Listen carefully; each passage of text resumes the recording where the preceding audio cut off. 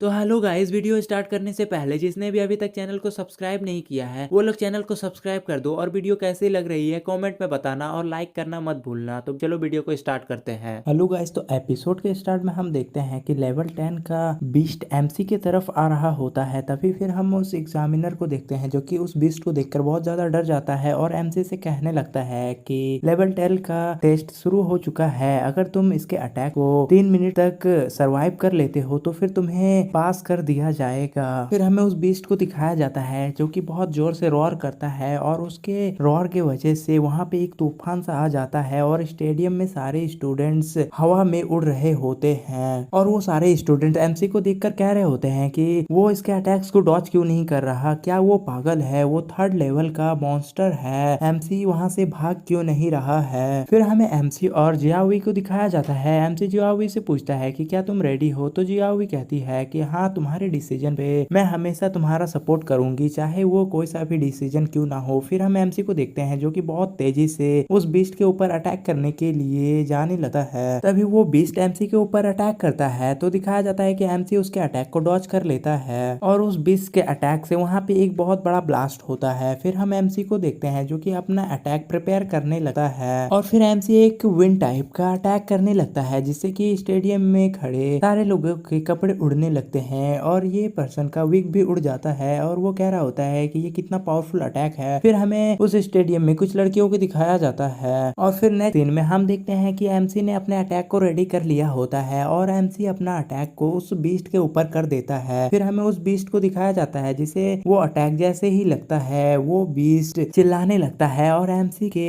Attack के वजह से वो बीस्ट भी हवा में उड़ने लगता है। फिर दिखाया जाता है कि वो बीस्ट एमसी के एक ही अटैक से पूरी तरह से डिस्ट्रॉय हो जाता है। फिर हमें कुछ स्टूडेंट्स को दिखाया जाता है जो कि बहुत ज्यादा शॉक हो जाते हैं ये देखकर और वो कह रहे होते हैं कि क्या एमसी पास हो गया, वो एक 3rd लेवल का बीस्ट मॉन्स्टर था, ये इतना अब नॉर्मल है कि अब शायद इस रिकॉर्ड को कोई तोड़ भी नहीं पाएगा। और फिर हम वांग और जियाओमी को देखते हैं। वांग कह रहा होता है कि क्यों ऐसा क्यों हो रहा है और जियाओमी कह रही होती है कि एमसी ने सारे स्पॉटलाइट को अपनी तरफ कर लिया है। फिर हमें एमसी को दिखाया जाता है और एमसी के मुंह से ब्लड भी आ रहा होता है तो एमसी कह रहा होता है कि जबरदस्ती चिथर के हाई लेवल को यूज करने के लिए हमें ब्लैक फ्लैश का सामना करना पड़ता है। तभी फिर हमें एमसी को दिखाया जाता है और एमसी के सामने एक डिस्ट्रिक्ट का हेड अपीयर होता है और एमसी से कहता है कि तुमने फर्स्ट टेस्ट को पास कर लिया है, जिसके लिए एमसी को कांग्रेचुलेशन भी करता है और वो कहता है कि एमसी अब सेकंड टेस्ट के स्पेस पर एंटर कर चुका है। तो एमसी उस पर्सन से पूछता है कि तुम कौन हो, तो फिर वो पर्सन अपना इंट्रोडक्शन देता है और एमसी से कहता है कि मैं सेकंड बैटल जोन को चार्ज करता हूँ और मैं तुमसे यहाँ पर कुछ सवालों के जवाब पूछने के लिए आया हूँ। और फिर वो हेड एमसी से पूछने लगता है कि तुम्हारे हिसाब से फाइनल विक्ट्री किसे मिलेगी, जर्क को या फिर ह्यूमैनिटी को। तो एमसी कहता है कि जर्क जीत सकता है लेकिन ह्यूमैनिटी हार नहीं मानेगी। तो वो हेड एमसी से कहता है कि एक इंटरेस्टिंग आंसर, तो तुम एक स्पिरिचुअल कॉन्ट्रैक्ट मास्टर के तौर पर किसके लिए लड़ रहे हो। तो एमसी कहता है कि जर्क को हमारे होमलैंड को डिस्ट्रॉय करने से रोकने के लिए लड़ रहा हूँ ताकि ह्यूमैनिटी पीसफुली उन होमलैंड्स पर रह सके और उसके अलावा दाजिया का फ्लैग हर जगह पर फहराया जाए और दाजिया की ग्लोरी को वापस से रिस्टोर कर पाऊं। तभी हम देखते हैं कि वहाँ पर वो टीचर आ जाता है और एमसी से पूछता है कि यंग मैन, क्या तुम मेरे डिसाइपल बनने के लिए रेडी हो। तो सेकंड डिस्ट्रिक्ट का हेड एमसी से बताता है कि इस पर्सन का लास्ट नेम ली है और फर्स्ट नेम सुटोंग है। तो एमसी शौक होते हुए सोच रहा होता है कि ली सुटोंग ये तो ली फैमिली से है जो कि दक्षिया की most of the powerful family में से एक है। और फिर हमें फ्लैशबैक में बताया जाता है कि करीबन 100 साल पहले 3 जर्क लीडर्स वॉर में शामिल हो गए और वो दक्षिया को उखाड़ फेंकने की कोशिश करने लगे जिससे कि दक्षिया नष्ट होने के कगार पर पहुंच गया था। और उस क्रिटिकल मोमेंट में ली सुटोंग अकेले ही उन तीनों जर्क लीडर से फाइट की और उन्हें मार डाला और दक्षिया को नष्ट होने से बचा लिया। फिर सीन प्रेजेंट में आता है और एमसी उस टीचर से एक्साइटेड होते हुए पूछने लगता है कि क्या मैं आपका डिसाइपल बन सकता हूँ। तो वो टीचर एमसी से कहता है कि हाँ बेशक, अगर तुम इच्छुक हो तो फिर तुम मेरे डिसाइपल बन सकते हो। तो फिर नेक्स्ट सीन में हम देखते हैं कि एमसी उस टीचर को ग्रीट कर रहा होता है। तो वो टीचर एमसी से कहता है कि तुम उनमें से किसी से भी ज्यादा मेरे स्वाद के अनुपात हो। और फिर वो टीचर एक रिंग को निकाल लेता है और एमसी से कहता है कि क्योंकि ये हमारी फर्स्ट मीटिंग है तो फिर मेरे पास तुम्हें देने के लिए ज़्यादा कुछ नहीं है। और फिर वो टीचर एमसी को अपना रिंग देने लगता है और कहता है कि ये 9th स्टेज के जर्क एम्परर का बोन से बना हुआ रिंग है और इस रिंग में स्टोरेज स्पेस है। और एमसी जर्क एम्परर बोन्स सुनकर बहुत ज़्यादा शौक हो गया होता है। और फिर हमें उस रिंग के बारे में बताया जाता है। उस रिंग के अंदर एक टेरिफाइंग ऑरा है और एमसी कह रहा होता है कि यहाँ तक कि जर्क एम्परर के मरे हुए बोन्स में भी इतना पावर है तो फिर एक जिंदा जर्क एम्परर में कितना पावर होगा। और फिर वो टीचर एमसी से कहता है कि ये रिंग तुम्हें लो लेवल के जर्क से बचाएगा, लेकिन जब तुम एक स्ट्रॉन्ग जर्क से फाइट करोगे तो फिर वो तुम्हारे ऊपर अटैक करने में अपना डिजायर दिखाएगा। और अगर तुम इसके लिए चिंतित हो तो तुम इसे नॉर्मली मत पहनना। तो फिर हम एमसी को देखते हैं जो कि बहुत एक्साइटेड होते हुए उस रिंग को पहन लेता है और कहता है कि ये मेरे मास्टर की तरफ से दिया गया गिफ्ट है तो मुझे इसे पहनना है। और हम उस टीचर को देखते हैं जो कि बहुत ज्यादा हंसने लगता है और एमसी से कहता है कि हाँ ये ठीक है। और फिर वो टीचर बहुत ज्यादा सीरियस होते हुए कहने लगता है कि तुम उन डरपोकों जैसे नहीं हो जो ये रिंग लेने का हिम्मत भी नहीं रखते हैं। तो फिर वो टीचर एमसी से कहने लगता है कि खैर बात बहुत हो गई, तुमने और उस छोटी लड़की ने अभी अभी अपने एग्जाम को पास किया है और अपने बहुत ज्यादा ओरा को भी इस्तेमाल कर लिया है। तो मैं आज बहुत ज्यादा खुश हूँ, इसीलिए मैं तुम्हें आज एक अच्छे लंच के लिए बाहर ले जाऊंगा। फिर हमें एक होटल को दिखाया जाता है और फिर हम उस होटल के अंदर का सीन देखते हैं जहाँ पर एमसी जियावी और वो टीचर होते हैं। तो वो टीचर एमसी से कह रहा होता है कि मैंने तुम्हारे सीनियर ब्रदर्स को भी यहाँ पे आने के लिए कहा है ताकि तुम उन्हें अच्छे से जान सको। तभी हम वहाँ पे सेकंड डिस्ट्रिक्ट के हेड को देखते हैं। वो एमसी से अपना नाम बताता है और कहता है कि मैं सेकंड डिस्ट्रिक्ट का वॉर जोन में चार्ज हूँ और मैं तुमसे पहले भी मिल चुका हूँ। फिर एमसी सारे डिस्ट्रिक्ट के हेड से इंट्रोडक्शन करवाता है। तो फिर एमसी खड़ा हो जाता है और सब लोगों से ग्रीट करने लगता है। तो वो लोग कहते हैं कि हम एक फैमिली की तरह है तो तुम्हें ज्यादा पोलाइट होने की जरूरत नहीं है। फिर हम दो डिस्ट्रिक्ट के हेड्स को देखते हैं जो कह रहे होते हैं कि बाकी के ब्रदर्स अभी नहीं आए हैं और 6th डिस्ट्रिक्ट का हेड अभी बॉर्डर पर है इसीलिए वो नहीं आ पाया। और एक डिस्ट्रिक्ट का हेड कहता है कि 7th ब्रदर अभी विदेश में है इसीलिए तुम उसे कुछ समय तक नहीं देख पाओगे। और 8वां ब्रदर। तभी एमसी के सामने एक डिस्ट्रिक्ट का हेड अपीयर होता है और वो एमसी से कहता है कि अपना इंट्रोडक्शन देने की कोई भी जरूरत नहीं है, मैं यही हूँ। और वो डिस्ट्रिक्ट का हेड एमसी को अपना नंबर देता है और कहता है कि खतरे के टाइम पर मुझसे कांटेक्ट करना, याद रखना कि लोगों को हमेशा एक ही मौका मिलता है। फिर दिखाया जाता है कि वो डिस्ट्रिक्ट का हेड वहीं से डिसअपियर हो जाता है और ये देखकर एमसी भी थोड़ा सा शॉक हो जाता है। और एमसी कह रहा होता है कि 8th ब्रदर का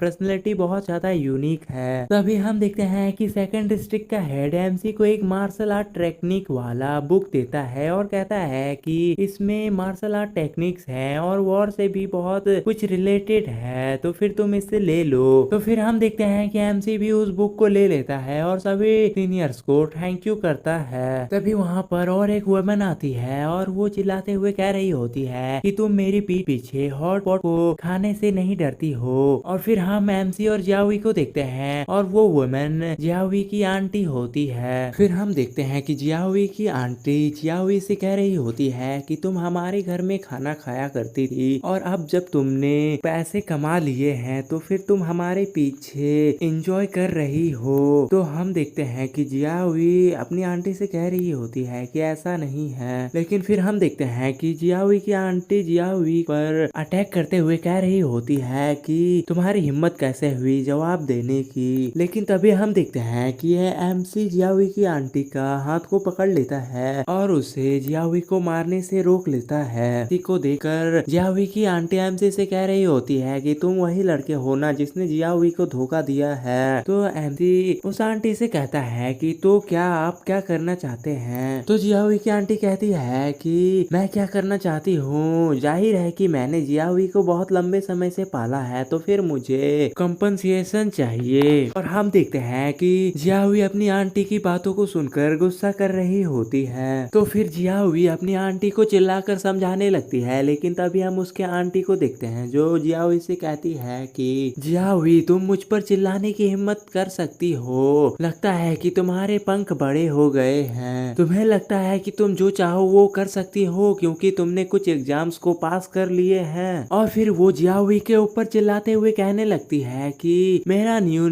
4th डिस्ट्रिक्ट पर है, अगर तुमने मुझ पर चिल्लाने की हिम्मत किया तो फिर मैं तुम्हें इस स्पिरिट मास्टर वर्ल्ड में रहने के लिए इम्पॉसिबल कर दूंगी। तभी हम 4th डिस्ट्रिक्ट के हेड को देखते हैं जो उस आंटी से कहती है कि रुको, आपने 4th डिस्ट्रिक्ट कहा। तभी जियाहुई की आंटी 4th डिस्ट्रिक्ट के हेड को ही कह देती है कि तुमसे क्या मतलब, तुम कौन हो। और हम देखते हैं कि जियाहुई की आंटी उस टीचर से भी कह देती है कि शायद से तुम एमसी के ग्रैंडपा होगे। और ये सब सुनकर 2nd डिस्ट्रिक्ट का हेड बहुत ज्यादा शॉक हो रहा होता है। और फिर जियाहुई की आंटी उन सब से कहने लगती है कि अगर आप जियाहुई को ले जाना चाहते हैं तो फिर मुझे दहेज, घर और कार देना होगा और सारे चीज मेरे नाम पर होना चाहिए। और वो सबको डराने के लिए कहने लगती है कि मेरे रिश्तेदार 3रे, 4थे और 5वें डिस्ट्रिक्ट्स में रहते हैं, अगर तुम लोगों ने मुझे ये सब नहीं दिया तो मैं तुम लोगों के रहने लायक लाइफ को बहुत ज्यादा इम्पॉसिबल कर दूंगी। और हम देखते हैं कि उस टीचर को ये सब सुनकर बहुत ज्यादा गुस्सा आ गया होता है। तो वो टीचर उन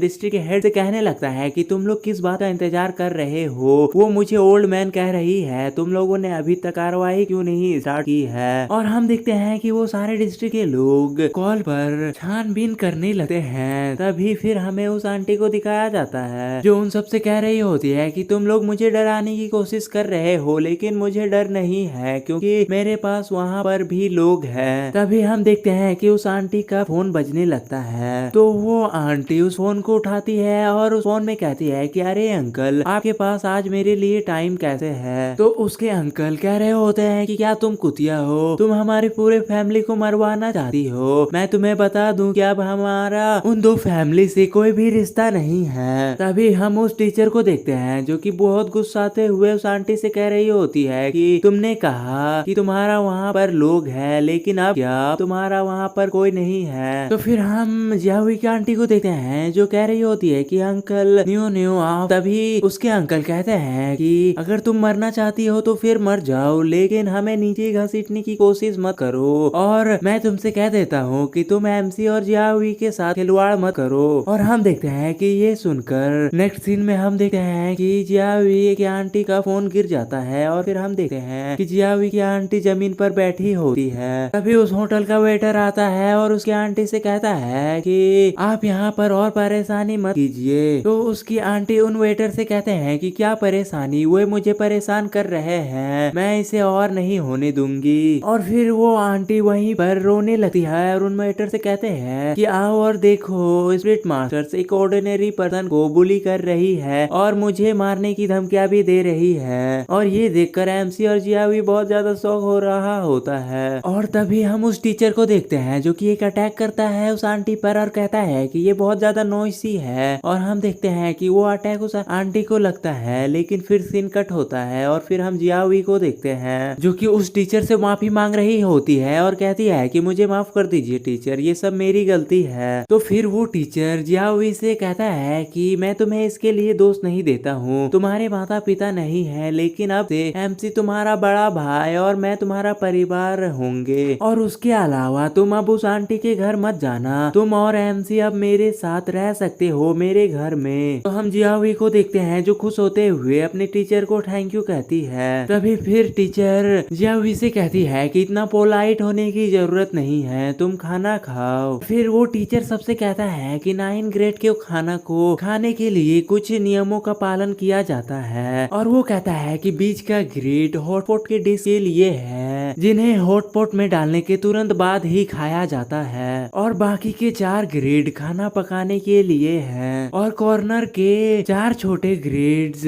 स्टूइंग के लिए हैं जो लंबे समय तक खाना पकाने के लिए होते हैं। तो फिर हम एमसी को देखते हैं जो कि अपनी टीचर से पूछता है कि मास्टर मेरा क्या मैं साबू साबू उबला हुआ या फिर एक स्टूज पर्सन हूँ। तो वो टीचर एमसी से कहता है कि मुझे नहीं पता, हर किसी का अपना रास्ता होता है, कोई भी अपने फ्यूचर के लिए निश्चिंत नहीं हो सकता है, यहाँ तक कि मैं भी नहीं। और फिर एमसी अपनी टीचर की बात को सुनकर कहता है कि अपना रास्ता। तभी हम उस टीचर को देखते हैं जो कि बहुत ज्यादा शौक हो जाता है और चिल्लाते हुए कहता है कि मेरा पोर्क बेली कहाँ गया, मेरा बीफ कहाँ है। तभी हम एमसी को देखते हैं जो ये सब इकट्ठा कर लेता है और एमसी अपने टीचर के सारे खाने को छुपाते हुए कह रहा होता है कि हमारे ब्रदर्स के स्पिरिट्स यानी कि उनके वाइफ यहाँ क्यों नहीं है। तभी हम सेकंड डिस्ट्रिक्ट के हेड को देखते हैं जो एमसी से पूछता है कि तुम दोनों अभी तक साथ में नहीं सोए हो ना। और ये सुनकर यावी शर्मा रही होती है और फिर वो बताने लगता है कि तुम लोगों का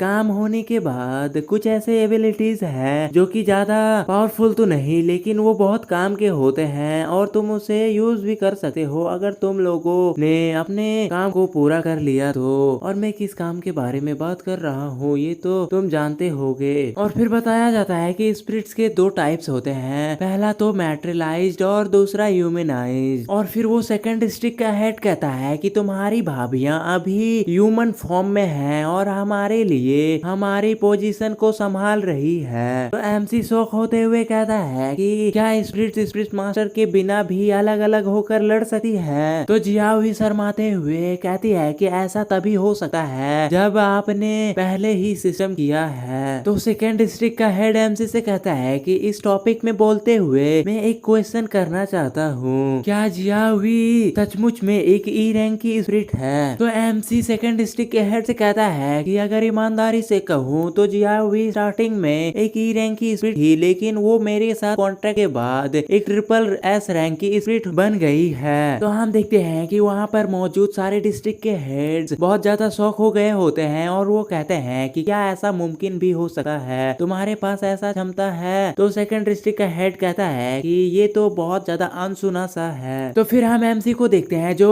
उन डिस्ट्रिक्ट के हेड से कह रहा होता है कि सारे लोगों को लगता है कि मैं रैंडमली स्पिरिट को चुनता हूँ लेकिन मैं एक ऑर्डिनरी स्पिरिट के साथ कभी भी कॉन्ट्रैक्ट नहीं करूंगा। और फिर एमसी बताता है कि मेरी टैलेंट की वजह से अगर मैं ऐसी स्पिरिट से मिलता हूँ जिसके पास डिवाइनिटी है तो फिर चाहे वो लो ग्रेड के ही क्यों ना हो मैं उसे मिस नहीं करूंगा। और फिर एमसी बताता है कि फोक्सी जितर के अलावा भी 9 और डिवाइन वेपन्स हैं। तो फिर हम उस टीचर को देखते हैं जो उन सबसे कहता है कि हमारे अलावा और किसी को भी ये चीजें नहीं पता होनी चाहिए। और फिर सेकंड डिस्ट्रिक्ट के हेड से कहता है कि जब तुम वापस आओगे तो तुम एमसी और जियावी को टॉप सीक्रेट पर सेट कर देना ताकि उस तक कोई भी ना पहुंच सके। तो हम देखते हैं कि सेकंड डिस्ट्रिक्ट का हेड भी इसके लिए मान जाता है। और फिर हम देखते हैं कि सारे डिस्ट्रिक्ट के हेड्स खड़ा हो जाते हैं और उस टीचर से कहते हैं कि टीचर हमारे पास आपके लिए एक खुशखबरी है, जर्क के खिलाफ लगातार 19 लड़ाइयाँ जीती है और हमने 6 खोए हुए प्लेस को जीत लिया है जिसमें से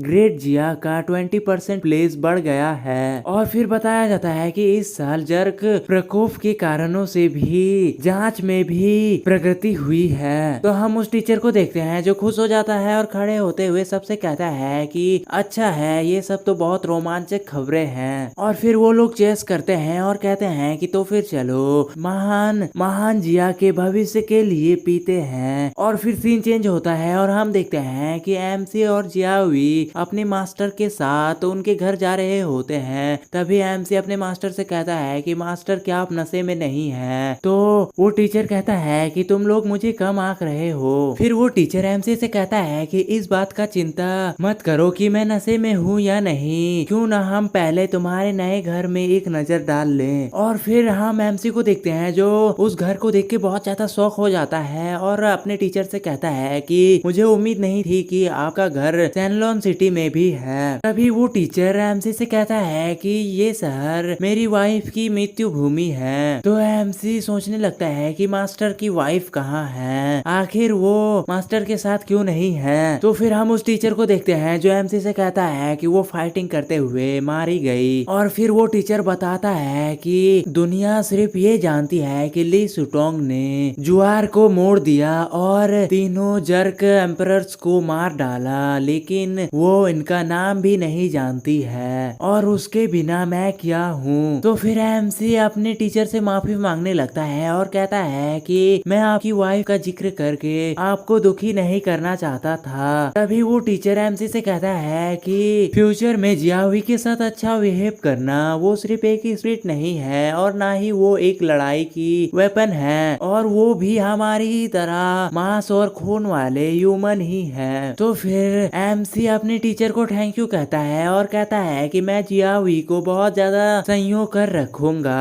तो फिर हम एमसी को देखते हैं जो अपने टीचर से कहता है कि मास्टर क्या आप अपनी वाइफ का नाम बता सकते हैं। फिर एमसी कहता है कि जब तक आपकी वाइफ का नाम एक भी पर्सन याद रखेगा तब तक दुनिया उसे नहीं भूलेगी। तो फिर हम उस टीचर को देखते हैं जो खुश होते हुए एमसी से कहता है कि सचमुच में तुम इस दुनिया से बहुत अलग हो, तुम मेरे पसंद से मिलते जुलते हो, और उसका नाम लिनमय है। और फिर हम उस टीचर के पास्ट को देखते हैं और वो कह रहा होता है कि उस हिस्टोरिकल फाइट में मैंने एक जर्क एम्परर को मार डाला और वो 2 जर्क एम्परर को मारने तक और खुद मरने तक लड़ी। और फिर वो टीचर कहता है कि अगर वो अभी जिंदा होती तो फिर वो जिया साम्राज्य को बचाने के लिए मुझसे ज्यादा सम्मान पाने के योग्य होती। तो फिर वो टीचर एमसी से कहता है कि देर हो रही है तो फिर जाओ और अपने पसंद का कमरा ढूंढो और आराम करो। और फिर सीन चेंज होता है और हमें रात का सीन दिखाया जाता है। फिर सीन चेंज होता है और हम उस मास्टर को देखते हैं जो कि गार्डन में स्टार को देखते हुए, और वो कह रहा होता है कि जियाओ में आखिर मुझे अब याद भी नहीं है कि हम लोगों ने साथ में कब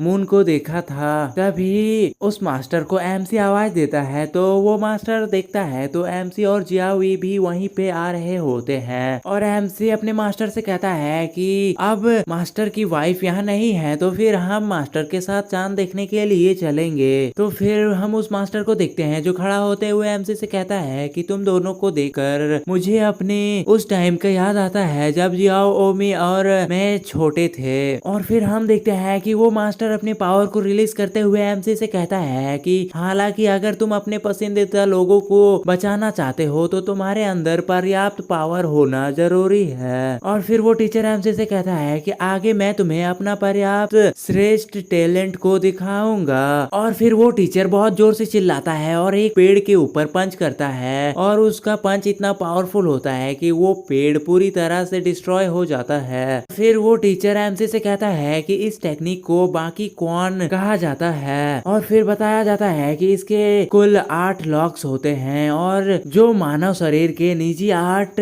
पार्ट्स के जैसे हैं, और एक बार ये 8 लॉक्स ओपन हो जाएंगे तो फिर ये लिमिट्स को पार कर जाएगा। तभी एमसी भी अपने टीचर के जैसा अपनी पावर को रिलीज करके प्रैक्टिस करने लगता है। तो एमसी अपने मास्टर से पूछता है कि मास्टर क्या ये ऐसा ही था। हम उस टीचर को देखते हैं जो शौक होते हुए सोच रहा होता है कि ये कैसे हो सकता है। विंग को ये फर्स्ट लॉक ओपन करने में आधा साल का समय लगा था, लेकिन इस लड़के ने इसे देखकर ही कर लिया। फिर हम एमसी को देखते हैं जो कह रहा होता है कि मैं सही जगह पर एनर्जी को फील कर रहा हूँ। तभी फिर हम देखते हैं कि वो टीचर एमसी के ऊपर अटैक करने के लिए आ रहा होता है और कहता है कि तो ठीक है बच्चे, मैं तुम्हें अब 8 फिस्ट टेक्निक का यूज करते हुए लड़ना सिखाऊंगा। तो हम देखते हैं कि एमसी उसके अटैक को डॉज नहीं कर पाता है और वो अटैक एमसी को लग जाता है, जिससे कि एमसी वहीं पर गिर जाता है। और वो टीचर कह रहा होता है कि मैं तुम्हें ये रियलाइज करवाना चाहता हूँ कि ज्यादा जीनियस भी होना अच्छी बात नहीं है, तुम्हें थोड़ा सा रिजर्व होना होगा। और फिर वो टीचर कहता है कि एक गिफ्टेड डिसाइपल को लेसन सिखाना कितनी अच्छी बात होती है, मुझे बहुत अच्छा फील हो रहा है। और हम एमसी को देखते हैं जो कि पिट गया होता है और वो अपने टीचर से कहता है कि मास्टर प्लीज मेरे साथ थोड़ा जेंटल रहो। नेक्स्ट डे IVY एकेडमी को दिखाया जाता है और जियावी एमसी से पूछ रही होती है कि क्या तुम्हारा चेहरा अभी भी दर्द कर रहा है। तो एमसी जियावी से कहता है कि अब दर्द नहीं कर रहा है, मास्टर सिर्फ मेरे साथ मजाक कर रहे थे। तभी वहाँ वहाँ पर वोंग आ जाता है और एमसी का मजाक उड़ाते हुए वो कहने लगता है कि क्या ये वही स्पिरिट मास्टर नहीं है जिसने असेसमेंट के दिन एक बड़ा परफॉर्मेंस दिया था। फिर वोंग के साथ ही हंसते हुए कहने लगते हैं कि दिखावा करने की क्या जरूरत है, तुम्हें तो एक कचड़ी की तरह फेंक दिया जाएगा। तो हम जियाओई को देखते हैं जो एमसी से पूछने लगती है कि इनका कहने का क्या मतलब है। तो एमसी जियाओई से कहता है कि उनकी बातों का चिंता मत करो, वो सिर्फ एक डिस्गस्टिंग फ्लाइज का झुंड है। और फिर हमें दिखाया जाता है कि एमसी और जियाओई प्रिंसिपल के पास चले जाते हैं। तो प्रिंसिपल उन दोनों से कहता है कि मेरे पास तुम दोनों के लिए एक बैड न्यूज है। और फिर वो प्रिंसिपल बताता है कि आज से तुम्हें डीप ब्लू सिटी के गार्जियन के तौर पर नहीं किया जाएगा, जहां तुम्हें कुछ ड्यूटीज को करना होगा। और फिर वो प्रिंसिपल एक नोटिस एमसी के सामने रख देता है और कहता है कि ये ऑर्गेनाइजेशन की तरफ से नोटिस है, इसे जितना जल्दी हो सके पॉसिबल करो। और हम देखते हैं कि एमसी उन नोटिस को देखने लगता है और वो प्रिंसिपल सोच रहा होता है कि मुझे पता है कि ये तुम्हारे टैलेंट के हिसाब से तुम्हारे लिए बहुत ही कठिन है, लेकिन मैंने इसके लिए पहले ही बहस करने की कोशिश की है। तो एमसी कहता है कि नहीं ये ठीक है, मैं इस निर्णय को स्वीकार करूंगा। और फिर एमसी सोचने लगता है कि ये वही हो सकता है जैसा कि मास्टर ने कहा था कि अपना रास्ता खुद चुनो। और फिर हमें वोंग को दिखाया जाता है जो कि एमसी को देखकर कह रहा होता है कि एमसी मैंने हमेशा कहा कि तुम मुझसे अच्छे नहीं हो, अगर तुम सबसे डिफिकल्ट एग्जाम को भी पास कर लेते हो तो फिर क्या फायदा, अगर तुम ऑफिसर्स को नाराज करोगे तो तुम मार दिए जाओगे। और हम देखते हैं कि वोंग एमसी का इसी तरह मजाक उड़ा रहा होता है। फिर हम एमसी को देखते हैं जो कि वोंग के बातों को सुनकर गुस्सा हो रहा होता है। तो फिर हम देखते हैं कि वोंग अपने पावर को एक्टिवेट करते हुए एमसी से कहता है कि क्या तुम मुझसे लड़ना चाहते हो, मैंने सारी रात जियाओमी के साथ बिताई है तो फिर मेरी पावर डबल हो चुकी है, अब तुम मुझे ऐसे ही रोंद नहीं सकते हो। और फिर हम भी देखते हैं कि एमसी अपने अटैक को करने के लिए रेडी हो जाता है और एमसी वोंग से कहता है कि आज तक तुमने मुझे जितना भी परेशान किया है मैं वो सब तुम्हें याद दिलवाऊंगा। और हम देखते हैं कि एमसी और वोंग का पंच आपस में टकराता है और हमें दिखाया जाता है कि एमसी के पंच के वजह से वोंग का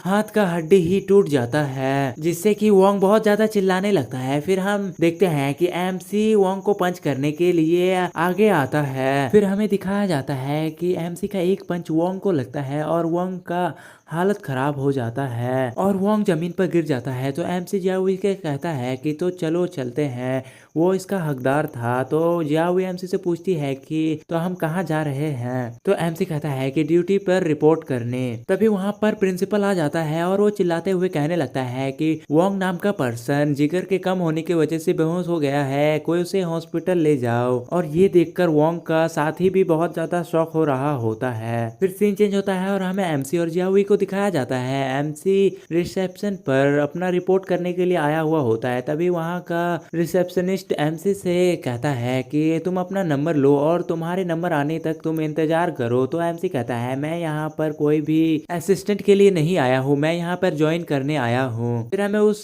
पर्सन को दिखाया जाता है, वो ये सुनकर शॉक हो गया होता है। तो फिर वो पर्सन हंसते हुए एमसी से कहने लगता है कि ओ तुम हो, लेफ्टिनेंट जाओ ने हमें ये सुनिश्चित करने को कहा था कि तुम मर जाओ। और ये सुनकर एमसी थोड़ा शॉक हो रहा होता है। तभी वो कहता है कि नहीं, मतलब मेरा मतलब है कि मैं डीप ब्लू सिटी के एकमात्र SSS रैंक टैलेंट वाले स्पिरिट मास्टर से मिलने का ख्याल रखूंगा। और फिर थोड़ी देर बाद का सीन दिखाया जाता है। वो पर्सन एमसी से कहता है कि तुम्हारी फाइल दर्ज कर दी गई है और तुम 0527 स्क्वाड में शामिल कर दिए गए हो। और एमसी को 0527 स्क्वाड में कैप्टन के तौर पर शामिल किया गया होता है। और फिर बताया जाता है कि हर ऑर्गेनाइजेशन में एक मेन टीम होती है जो दूसरे ऑर्गेनाइजेशन की देखभाल करती है और हर जिले को उनके हिसाब से टीम दे दिया गया है। हर अलग अलग जिले में अलग अलग टीम है। और फिर वो पर्सन एमसी को 0527 स्क्वाड में जाने के कहता है। तो फिर सीन चेंज होता है और हम देखते हैं कि एमसी 0527 स्क्वाड के ऑफिस में जाता है, जहाँ पर बहुत ज्यादा कचरा होता है और बहुत सारे शराब के बोतल फेंके हुए होते हैं। तो एमसी उसे देखकर कह रहा होता है कि क्या ये सब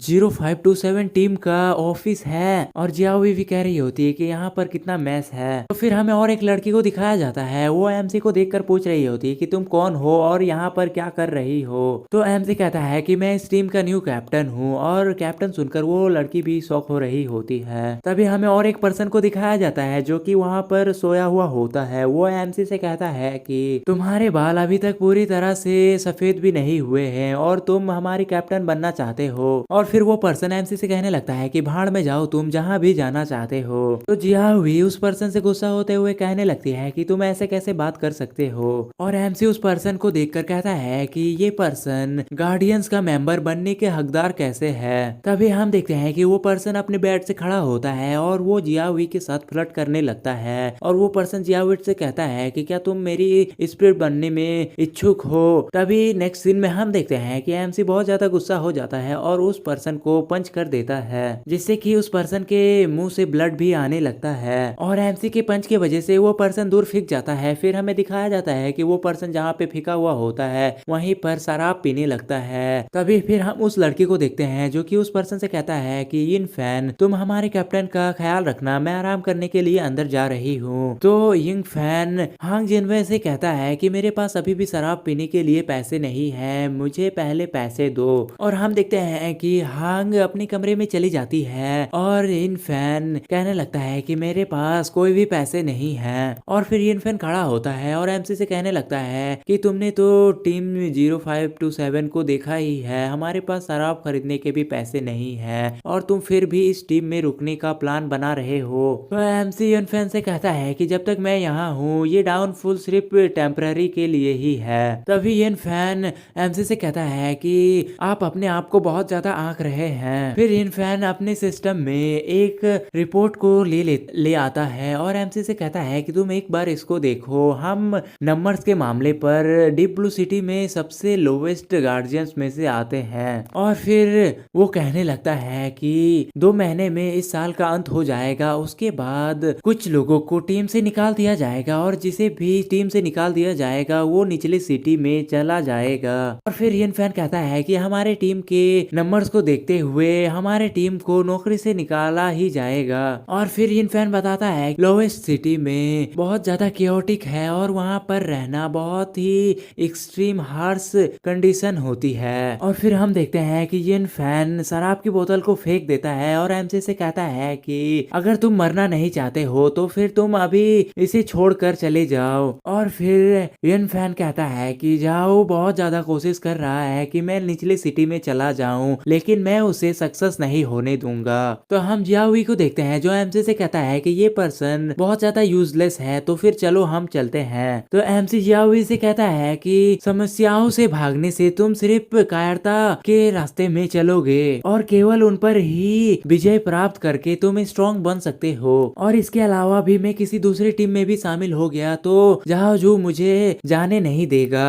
फिर एमसी वहाँ से जाने लगता है और कहता है कि बेहतर यही होगा कि हम इसी 0527 टीम को बेहतर बना दे और इसे नंबर 1 टीम में बदल दे और जहाँ जो के प्लान को बर्बाद कर दे। फिर हम देखते हैं कि एमसी उसी लड़की के कमरे में गया हुआ होता है। तो वो लड़की फुल एटीट्यूड में एमसी से कहती है कि बाहर निकल जाओ, तुम्हारा अभी यहाँ पर स्वागत नहीं है। तो एमसी उस लड़की से कहता है कि क्या तुम यहाँ पर सचमुच में निराश होकर बैठी रहोगी और अपनी मौत का इंतजार करोगी। होंग योंग वे या फिर बाई सुओंग है। और हम देखते हैं कि होंग ये सुनकर बहुत ज्यादा शौक हो गई होती है और फिर हमें बताया जाता है कि इस लड़की का असली नाम बाई सुओंग होता है, लेकिन इसने अपनी आइडेंटिटी को छुपाकर होंग यांगवे रखा हुआ होता है। तो फिर वो लड़की एमसी से कहने लगती है कि तुम आखिर हो कौन, तुमने मेरे झूठ को कैसे पकड़ा। लेकिन हम देखते हैं कि एमसी को होंग का स्टेटस विंडो दिख रहा होता है। तो फिर एमसी उस लड़की से कहता है कि मैंने अपना इंट्रोडक्शन पहले ही दे दिया है, ये तो सिर्फ मेरी पावर्स का एक छोटा सा इंट्रोडक्शन है। और फिर एमसी सोचने लगता है कि ये थोड़ी सी ढीली लग रही है, लेकिन यिन फैन ने अभी इससे पैसे मांगे थे, मतलब कि ये इस टीम को बनाए रखने की कोशिश कर रही है। अगर हम इसे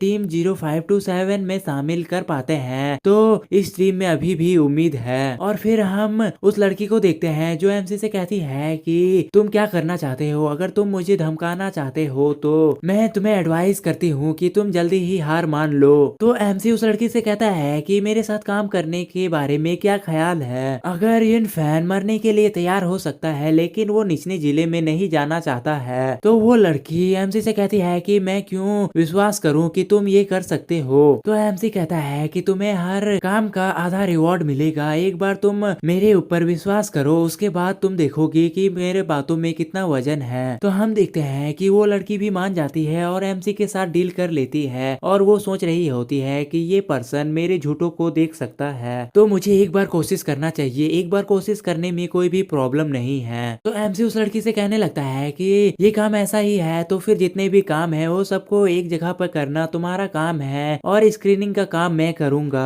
तो वो लड़की अब एक टैब में एमसी को बताने लगती है कि हमारी टीम के लिए अभी 3 ही काम अवेलेबल है, तुम इस पर अच्छे से नजर डाल सकते हो। और फिर उन काम के बारे में दिखाया जाता है, ये सब तुम लोग पोस्ट करके पढ़ सकते हो। तभी एमसी सोचने लगता है कि ये सब कम डिफिकल्टी वाले काम है, इनमें पॉइंट्स भी कम मिलेंगे, तो हमें दूसरों से आगे जाने के लिए कितना टाइम लगेगा। और फिर एमसी कहने लगता है कि अगर हम काम करने जा रहे हैं तो सबसे ज्यादा पॉइंट्स वाले काम ही करेंगे। और फिर एमसी को एक काम मिल जाता है जिसमें कि एमसी को 300 पॉइंट्स मिलेंगे। एमसी कहता है कि बहुत अच्छा, हम यही करेंगे और इसकी डिटेल्स को तुम वीडियो पोस्ट करके पढ़ सकते हो, क्योंकि अगर मैं पूरा एक्सप्लेन करूंगा तो फिर वीडियो बहुत ज्यादा लंबा हो जाएगा। तो उस वर्क के डिटेल्स को देखकर वो लड़की बहुत ज्यादा शॉक हो गई होती है और वो एमसी से कह रही होती है, क्या तुम पागल हो? तुम इस वर्क के रिकमेंडेशन में टीम्स के साइज को नहीं देख रहे हो क्या? इसमें 6 से 8 लोग के लिए कहा गया है, इसका मतलब है कि हमें एक साथ 2 टीम के साथ इस काम को करना होगा। तो एमसी कहता है कि केवल ऐसा काम ही हमें नंबर्स बढ़ाने में मदद कर सकता है। और हम देखते हैं कि एमसी उस काम को एक्सेप्ट कर लेता है। और फिर वो लड़की एमसी से कहने लगती है कि तुम सचमुच में पागल हो, अगर हम इस काम को नहीं कर पाएंगे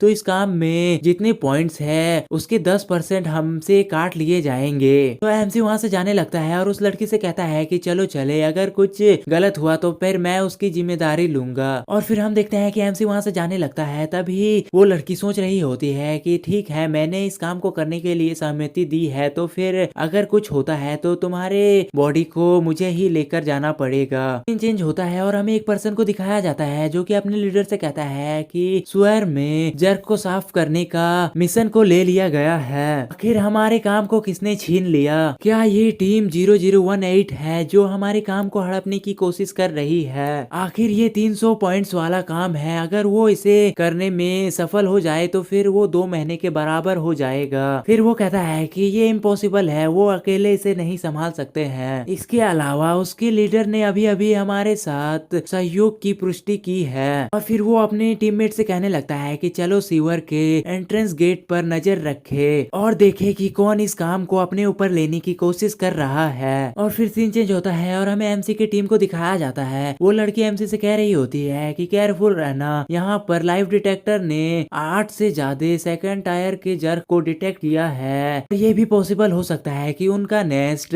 यहीं अंदर हो। तभी हम एमसी को देखते हैं जो कि जियावी की तरफ देख के स्माइल कर रहा होता है। फिर हमें नेक्स्ट सीन में दिखाया जाता है कि एमसी और जियावी वहाँ से बहुत ज्यादा स्पीड में उस जर्क की तरफ चले जाते हैं। और एमसी उस लड़की से कह देता है कि बास युआंग तुम यहीं पर हमारा वेट करो, हम आते हैं। और फिर हम एमसी को देखते हैं जो कि बहुत ही तेजी से वहाँ से दौड़कर आगे चला जाता है। तो बाई सुओंग चिल्लाकर एमसी से कहने लगती है कि वे सेकंड टायर के जर्क हैं, आम टीम एक जर्क के साथ ही बहुत ज्यादा स्ट्रगल करती है और तुम अकेले ही जा रहे हो, तुम बहुत ज्यादा लापरवाह हो। लेकिन हम देखते हैं कि एमसी उसकी बातों को नहीं सुनता है। तो फिर वो कहता है कि ये अच्छा नहीं है। और फिर बाई सुओंग भी एमसी के पीछे जाने लगती है और कहती है कि क्या इतनी जल्दी ही कुछ गलत हो गया? और गाइज इस मानवा के मैंने रिसेंटली चैप्टर्स भी एक्सप्लेन कर दिए हैं, तो अभी इसके चैप्टर्स अवेलेबल नहीं है। जैसे ही इसके चैप्टर्स आएंगे मैं उन्हें भी एक्सप्लेन कर दूंगा। तब तक के लिए सब लोग सब्सक्राइब कर दो। मिलते हैं एक नए वीडियो में, तब तक के लिए बाय।